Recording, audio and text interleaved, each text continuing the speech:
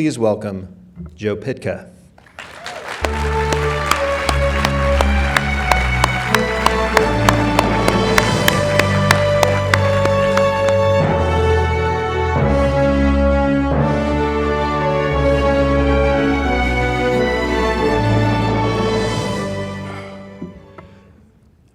Didn't they say that Danny Boyle was Irish? Why does he have a British accent? Just curious. Last I heard, they didn't get along that well, Irish and the British. But that's something else. One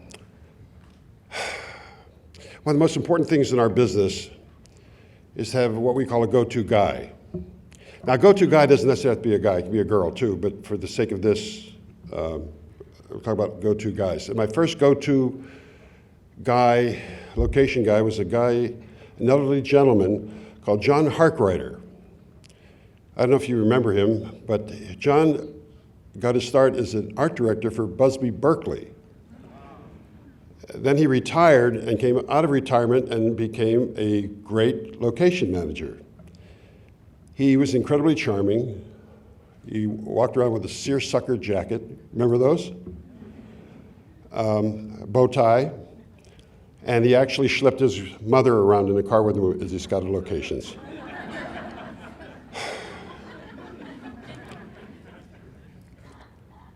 His mother looked a lot like Mrs. Bates.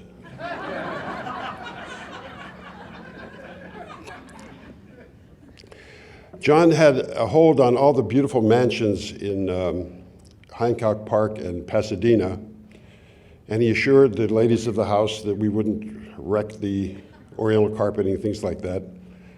And I didn't realize his charm until I saw Zero Mostel in The Producers. That goes back a way, and if you see the movie, you'll know what I'm talking about. Anyway, John re-retired, and I was stuck without a go-to guy in locations. Years go by. Many years go by. And I get a script for the best commercial that I've ever done. And it needs a really special location because the script is very special, and I was very fortunate to have a very special cast. So, Vanessa, I don't know if you discovered him or I think it was you. A location guy shows up with high recommendations, but I have trepidation because he has 3 names. Stuart, Raven, Barter. And the middle name is the name of a bird. How's this going to work out? Well, anyway, Stuart, Raven, Barter found a great location, but it was in Santa Paula. Now, I don't know if you know where Santa Paula is, but in those days, you could get there and back in one day. Look, so we schlepped up to Santa Paula with our great script, our great cast, and our great location, and lo and behold, we get the Grand Prix at the Cannes Film Festival for this location and everything. So I have my go-to guy for locations, don't I? No. Because my go-to guy was going to Tony Scott, he was going to Ridley Scott, and he was going to Bob Giraldi before he was going to me. But through the years, we managed to work together a few times, form a terrific bond, both professional and personal, and I'm totally flattered by being asked to present him this award. But first, we have to see some film that he's responsible for.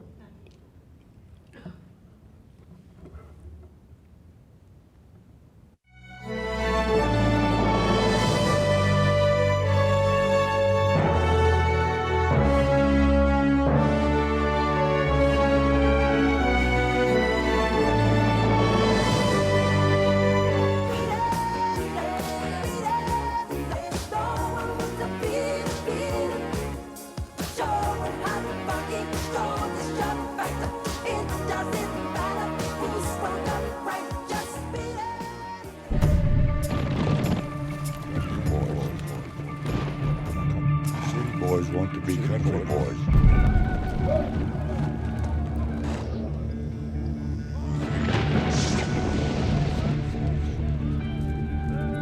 Country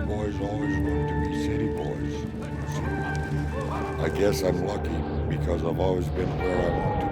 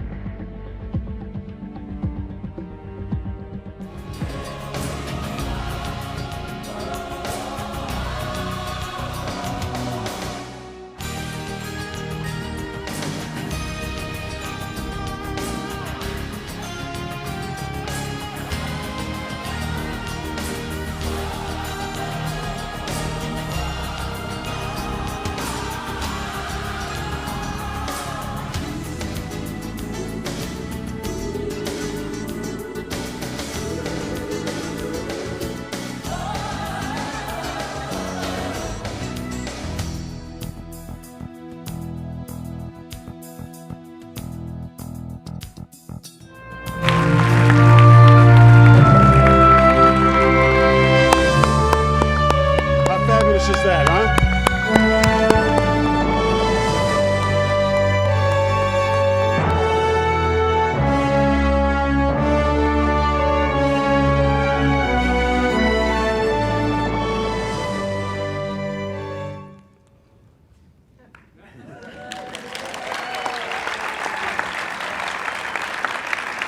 Where'd you find those prints? I'm flattered, I'm flattered. None of my stuff's up there, by the way. None of my stuff is up there. And it's all Ridley and Tony and Bob Giraldi and all this other stuff. And I've been in the same places with him, most of them. I always saw his footprints with Tony Scott going down here. And I was, oh, they were here already. It must be a good place. I always got second choice. Sorry about that. It just came to me, Stuart. Congratulations. Lifetime Achievement Award. You're a fabulous guy. Thank you very much. First off, I want to say how honored I am to receive this award from Joe Pitka, a director I've worked with for more than 30 years now. Joe has set a standard of excellence in commercial production and direction that is unsurpassed. I also want to thank Lori Bolton, Janice Polly, Robin Citron, the LMGI board and membership for honoring me with this Lifetime Achievement Award. I never expected to receive such an honor. When I started scouting TV commercials 40 years ago, a production coordinator handled the location management duties, and the producer usually hired an unemployed friend or family member to scout the locations. In feature films, the art director or production designer often scouted the distant exterior locations while the interior sets were built on a soundstage in Hollywood. In the early 70s, I landed an assistant photographer's job with Reed Miles, a graphic designer and still photographer who made his mark doing album covers for the Blue Note label. By the mid-1970s, he was beginning to direct TV commercials. And the scout he used at that time showed up with a shoebox full of Polaroids. By the late 70s, Los Angeles was becoming a boom town for TV commercial production. Good location scouts were in short supply. I thought I could deliver better location photographs, so I put a Polaroid camera on a tripod and started location scouting. In a way, a Polaroid camera is a lot like a digital camera. If the first exposure doesn't work out, change the shutter speed and take another shot.